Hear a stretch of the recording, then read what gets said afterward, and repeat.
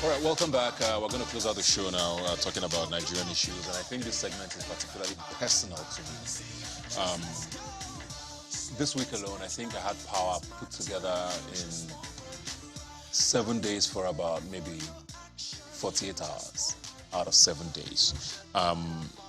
Diesel has gone up to about 580 naira. The fuel scarcity is not sure if it wants to start or end. So generally, life for me and every Nigerian has been extremely tough. And we're going to be talking about that here. I have Seun Awogbenle here with me. Thanks for being here. My pleasure. I found myself complaining a lot. Not that we're going to complain about Nigeria generally, but this week in particular has been very hard. Yeah. And we've even started seeing the ripple effect on the price of things, of goods, you know. And I think I just want to ask first, do you get a sense that Nigerians are, on the one hand, not angry enough, or are we just so suppressed now and we just say, you know what? Because I hear that word, Nigerians are very resilient. Because resilience for me is almost like pushover. You know, how do you feel about the way things are? Okay, I'm going to speak at it from, my own angle as a person, and from the angle of many Nigerians. I'll start from the other, which is that I think that's come to a point where a lot of people are sort of like suffering from what I describe as a tyranny of convenience. So people have actually come to a point where we just have to allow things be the way they are. People have come to accept the status quo. There's that belief that things can no longer change. So people either try to find a way out, right? So you get to a point where people are constantly trying to devise a new means to get over every challenge. You know, there's fuel scarcity and people want to find a way to pay more. You know, you can't get access to, passport booklets. People want to pay more. So there's always that disingenuous way of wanting to get through the problem. But the truth is that we're never going to get through it that way. And until we begin to realize that Nigeria is all that we have, the Russia-Ukraine crisis has actually shown us that at some point we have to accept that home is all that we have. Now, do we accept things the way they are, or we rally ourselves together as Nigerians to see that things can be better? So we're talking about, rather than agonize, can we begin to actually organize as Nigerians? So Nigerians need to begin to actually organize. And it's also actually seeing the importance of, most of political events and policies on the impact on our lives. So I say this every time, that political outcomes actually have a direct bearing on our lives. They affect, what we buy, what we eat. If we get access to fair wages, if we get access to education, political outcomes actually determine if, we all pay fair taxes. Political outcomes actually determine if we all get, access to quality education, quality healthcare, human capital development. But, a lot of people just believe that, politics can exist on its own while they continue to find their ways to survive. No, we have to.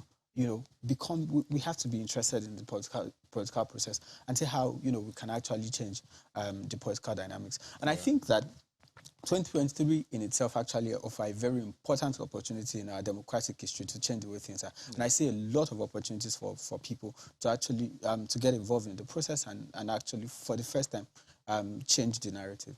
Yeah, we'll go to 2023, but very quickly now, I want to talk about, just this general apathy and just sort of almost disinterest in the country. You have, if you talk to, I want to say 8 out of 10 young Nigerians today, what do you want to do? The answer is almost always, I want to leave. Yeah. Regardless of the person's status. Right. Before you would say, okay, maybe it was a certain class of Nigerians. Now, literally everybody you meet is looking for something or a leg out, or at least one leg out, while they are trying to figure out how things are going. We saw news sometime last week about Nigerians even wanting to enroll in the Ukrainian army to go fight just so that they could leave this country. So do you still feel like people, like you're talking about Nigerians need to organize, yes. Do you feel that people still feel a sense to organize and still fight for the soul of this country? No, I don't think so. I think a lot of people have actually come to accept things the way they are, and they believe that the political leadership can be on their own, while they continue to, while they actually try to, continue to survive. But I also continue to say the Nigerians deserve to live on much more than survival. Nigerians deserve to live for hope. They deserve to live for opportunities. They deserve to live for potential. And, the fulfillment of their God-given potential. But here's the point. The point is that it would always come back to the political leadership. There is no how we are going to be able to dissociate the outcome of political leadership from our lives. So you're talking about First, you're talking about politics, you're talking about leadership and policy outcomes. So how do they actually have, what is the nexus between all of this on our lives? And I think that's one thing that we have to understand. Have Nigerians given up? Yes, totally. It's a total and complete failure of leadership. There is no better way to put it.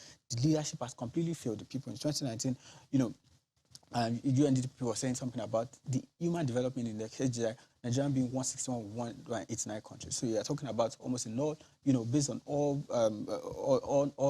all ramifications, and the political leadership has completely failed the people. But the point is that things can actually change.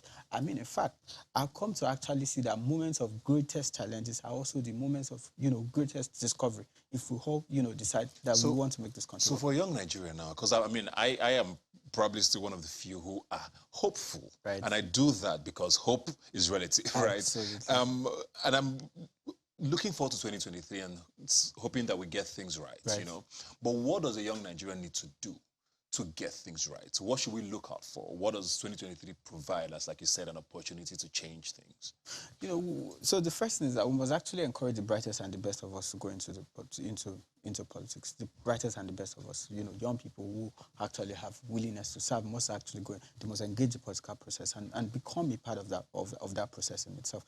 A lot of people say, politics is that, but I think that's pure idealism. And I think Barack Obama has actually warned us about the dangers of purity politics. You have to, at every point, you have to be able to actually engage the political process. You can't leave the political parties to themselves. In fact, I did say the other time that columnist Chidi Amuta once warned that we must actually occupy the political parties if things would actually change. So eventually we have to admit that the political parties remain the bastion and the unit of democratic development. So we must first occupy the political parties. Those who are, everyone can go into the political parties, but those who are not going to political parties, those who can afford to, it is no longer a choice, it is a must that we all must get our voters card. We must be interested in who comes out to run. What we have actually seen is that the less people get, the less participation you have on the day of election, is the easier it becomes to actually rig an election. Right? So if you have more people actually getting involved in the political process, coming out to vote on the day of election, engaging the political leadership, then things would most likely change. But I believe I'm a pragmatic. I believe that change can still come through this process. But I believe that we must actually unfold this political system and create a new one can actually emerge out of it, right? Yeah. The present one has failed, but a new one can and must actually emerge out of it. And that's why our numbers have to come, particularly as young people. About 60% of this country's population are young people. So how can we mobilize our numbers to actually cause political? The other time in the 2019 election, we had barely 29 million people deciding for the entire country of about 201 million people. That is a dissonance. It speaks about a dissonance. So when you're talking about the numbers, the numbers can actually make a lot of difference. If young people do actually decide that we must take our fate into our hands and actually change the dynamics of political leadership. Thank you very much. That's a very good note to end. I hope people are listening, because the truth is, I know that everybody's disillusioned. People are tired. Despair. Exactly. Despair is a very good word, but we have to do it. Absolutely. Nobody's going to do it for us. Absolutely. And now is the time. Thank you very much for joining us today. My pleasure. Like I always say, you can follow the conversation on Twitter. Please use the hashtag RubbinMinds when you send us a tweet. I'll see you next Sunday.